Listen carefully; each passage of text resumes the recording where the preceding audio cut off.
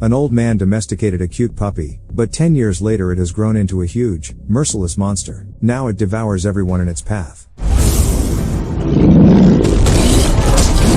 In 1506, Yunzhang, with an army of rebels, staged a rebellion and overthrew the king. The new ruler crushed all resistance and established total control over the population. During these times, a terrible plague began spreading through the kingdom of Chosen, and the new king ordered the army to dispose of all infected people. The ordinary peasants are herded into a deep pit where they are ruthlessly slaughtered. A panicked woman begs the soldiers to spare her healthy daughter, but is shot in the back by an arrow. The girl survives and tries to wake up her mother. When the last desperate cries of the men subside, a man descends into the pit and takes the girl with him. As darkness falls, a prolonged howl is heard from the pit.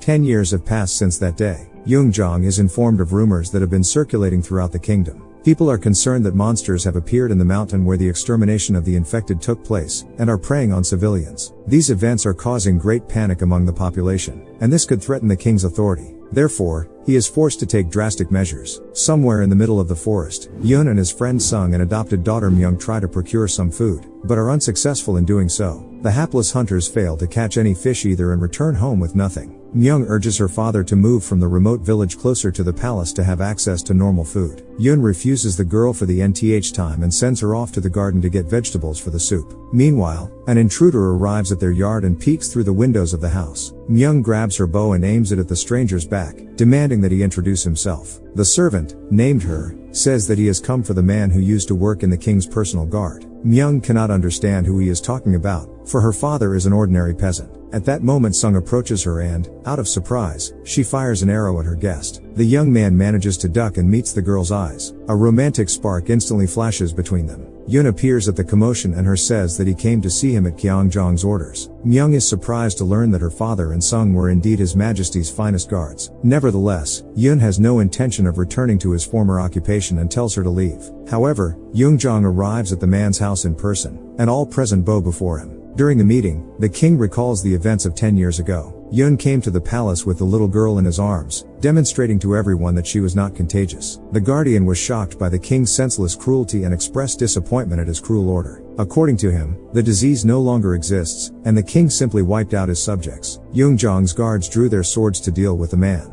Only Sung stood up to defend him. However, the ruler decided to spare the soldiers. He banished the guards and the little girl outside of Hanyang. Now, Yungjong once again turns to Yun for help. He speaks of a fearsome monster that is once again spreading disease across the kingdom and tearing the limbs off of civilians. The king gives the former guard his battle sword back and asks him to stand up for Kyeosong once more. After a sleepless night, Yun decides to return to Hanyang. Meanwhile, the shamans hold a ritual near the river to rid the land of the merciless monster. But then, the women are attacked and the water in the river turns red. The tragedy is witnessed by a little girl who manages to escape. Arriving in Hanyang, the Yun family is surprised to see the capital. The once rich city has fallen into disrepair, and the people are barely making ends meet. The travelers find her and ask them to inspect the new crime scene. Near the river, they find the bodies of the shamans and traders with their limbs torn off. Yun scrutinizes the bodies of the victims and notices the traces of string on their ankles. He decides to question the little witness. The girl says she saw something very strange, but there is no fear in her voice. Yun and Sung decide to follow the witness to find out what she really saw.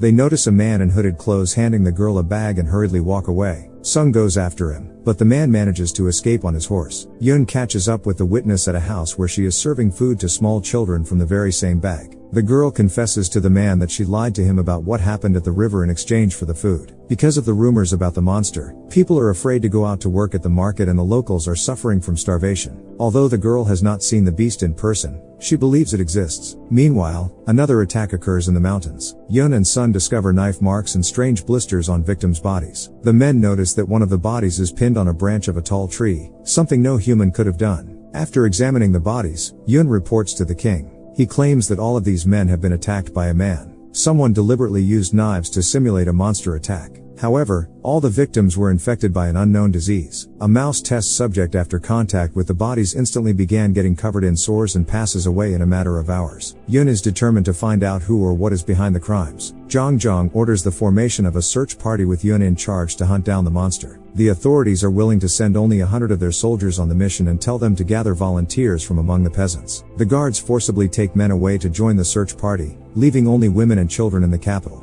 Among the volunteers, Yun grudgingly notices his adopted daughter, who has disguised herself as a guard. The captain orders her to remain in the city, but she vehemently refuses to comply, and in the end persuades him to take her with him. At the sound of the gong, the search party sets out into the mountains and thoroughly sweeps the surroundings. However, apart from some pink slime dripping from tree branches, they are unable to find anything suspicious. Sung suggests they finish the search so they can return to the city before dark, but Royal Army Commander Jin insists on moving on, as the monster is out hunting in the middle of the night. Myung anxiously tells her father that she hasn't noticed a single human bone along the way, which means the creature could be very hungry. Despite her daughter's concerns, Yun tells the group to split into groups and continue their search. Meanwhile, the king has a conversation with his advisor. He is confident that once the search is completed, they will find that there is no monster. He will inform the people and trust in the authorities will be restored. The king is sure that all of these attacks have been orchestrated by someone. As darkness falls, Yun's group encounters their first problems. An old volunteer goes astray and heads in the opposite direction from the search party. After following him, Sung reaches a cliff, where he is horrified to see fresh traces of red fluid. Soon Yun, Myung, and her also reach the cliff. The girl finds the place very familiar, as if she has been here before. Sun beckons his friends over and shows them the imprint of a huge paw that has been left on the ground. As the other volunteers gather at the cliff, Yun tells them to keep searching in the pit. Meanwhile, Jin orders his soldiers to eliminate all the volunteer peasants in their group. After the atrocities are committed, he orders some of the soldiers to return to the palace. Yun's group sees a signal fire in the sky, indicating that Jin has discovered the monster.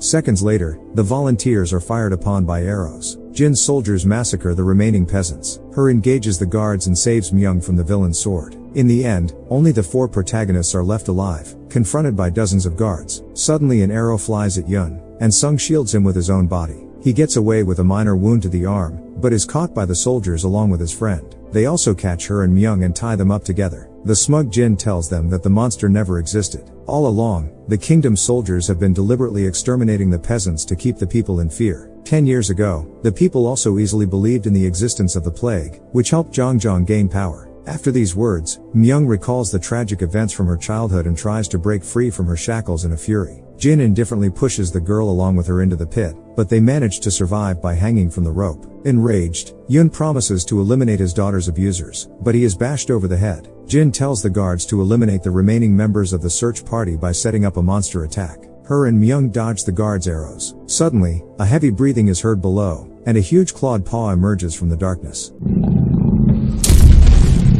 Within seconds, the creature climbs to the very top of the rocky cliff and slays the guard with the bow. The soldiers are confronted by an enraged monster covered in sores and blisters. The frightened Jin orders the soldiers to fire at the monster, but it is not afraid of arrows. Within seconds, it is near the attackers and rips them apart. While the monster hunts the soldiers, Sung and his friend free themselves from their shackles and descend into the pit. Fortunately, Myung and her manage to survive their encounter with the monster. They notice around them the bodies of the monster's victims, on which blisters have formed. Yun says they need to report this immediately to the king before the contagious creature reaches the capital. However, the monster decides to return to its pit. Suddenly the old man who disappeared earlier during the search operation appears from the cave. He tells the team to smear themselves with the monster's slime so as not to become infected and to get rid of the human smell. The old man then extinguishes all the torches and urges those present to be quiet. The monster cannot see well, but it reacts to sounds and movements. The creature descends into the pit, getting close to Myung. But the old man's advice works, and the monster cannot smell the intruders. Choking on the remains of human meat, the monster spits directly on the girl's face. Eventually, the creature goes to sleep. Seizing the moment, the group tries to hide in a cave. However, at the last moment, the creature senses the human scent emanating from Myung and rushes after the runaways in pursuit. The group runs through the intricate labyrinth of the cave, miraculously avoiding being eaten. The road ends in a cliff, and the group has to jump down into the water to escape. Meanwhile, Jin and several other guards manage to return to the palace alive. He reports to Prime Minister Sim that the monster does exist. It transpires that all along he was the one behind the brutal crimes and invented the monster. Taking advantage of people's fears, he has influenced all of King Zhang's decisions. Now that the monster has turned out to be real, Sim worries that the people will turn against the government. He orders the soldiers to burn the city to quell any resistance. In doing so, he will take advantage of the helplessness of the current king and take his place. Several men of the search party, whose bodies are covered with ulcerous growths, return to the capital. The people panic for fear of becoming infected, and the soldiers begin to set fire to houses with the inhabitants inside. Meanwhile, the old man leads the group to a secret passageway through which they can enter the palace. In the basement of the castle, the group discover a chamber with huge cages. The old man tells them that the former chosen ruler was very fond of monsters and had a separate area in the castle set aside for them. As a young man, the old man was in charge of feeding the creepy beasts and eventually became attached to one of them. When Zhang overthrew the king, he ordered that all the dangerous monsters be disposed of. The servant then helped his little pet escape through a secret passage. Later, after destroying the infected in the pit, he ate a plague-infested body and turned into a ruthless monster. The creature sneaks into the secret passage, and the old man tells the group to go up. Using a toy, he lures the big hound into the enclosure and locks himself inside with it. The monster casts a hateful look at the old man and rips him apart. The beast then effortlessly breaks free of the cage and sets off in pursuit of the rest of the people. Meanwhile, the Prime Minister makes an address to the people and promises to take care of the wounded and provide housing for those who lost their homes in the fire. The naive people thank Sim, believing that he is saving them from another plague. Yun's team finally manages to reach the king's chambers. He informs them that the monster is real and was bred within the walls of this castle. At that moment, Sim bursts into the chambers with his armed guards, and injures Zhang. The rebels seize power and eliminate the king's guards. Sim's guards take Yun's team hostage. The Prime Minister plans to inform the people that Yun has given the order to put the capital on fire. Since the people have already lost confidence in the king, it will not be difficult for him to dethrone him. Sim orders the execution of the prisoners, but at that moment the monster bursts out of the basement. The soldiers try to fight it off, but the creature disposes of them.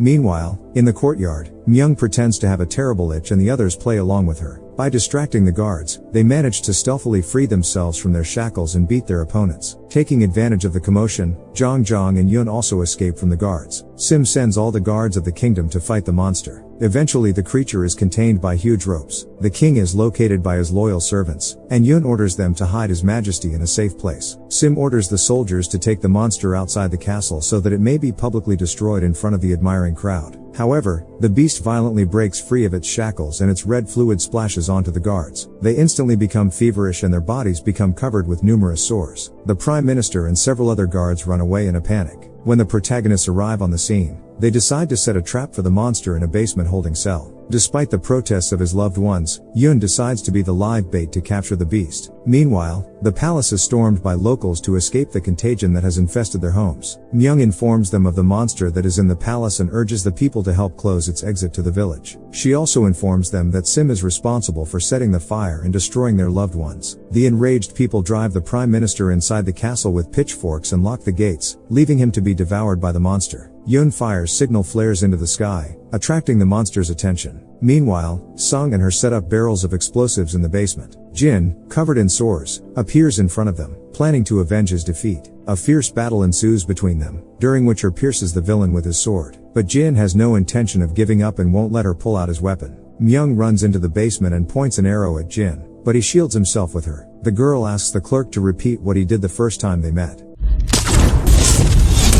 Jin's body falls to the ground, and Yun bursts into the basement, chased by the beast. The team ignites the fuse and hastily flees to the top. Before leaving the basement, Yun notices that the flames have gone out. He forcibly pushes his best friend outside and asks him to take care of Myung. The warrior locks himself inside with the monster and throws his torch into the explosive containers. An explosion occurs, which shudders the castle. After realizing that her father has remained inside the basement, Myung becomes hysterical. Daybreak comes and the rain washes down the bodies of the victims. The monster is defeated and the people open the castle gates. Myung desperately tries to find her father among the rubble. Suddenly she hears someone breathing under the boards, and finds Yun still alive. The townspeople help dismantle the wreckage to rescue the warrior. The happy girl is reunited with her adoptive father, and the people congratulate each other on their victory. At the end of the story, Myung is left to serve at the palace with her beloved her. Her father and his friend decide to return to their home to resume their normal lives. On the way back, Sung asks Yun how he managed to survive. It turns out that at the last moment before the explosion, the man strapped his body to a rope and flew up. The plot of the movie is based on real records that were written during Chosen's time. Do you believe this story is real? Share your opinion in the comments.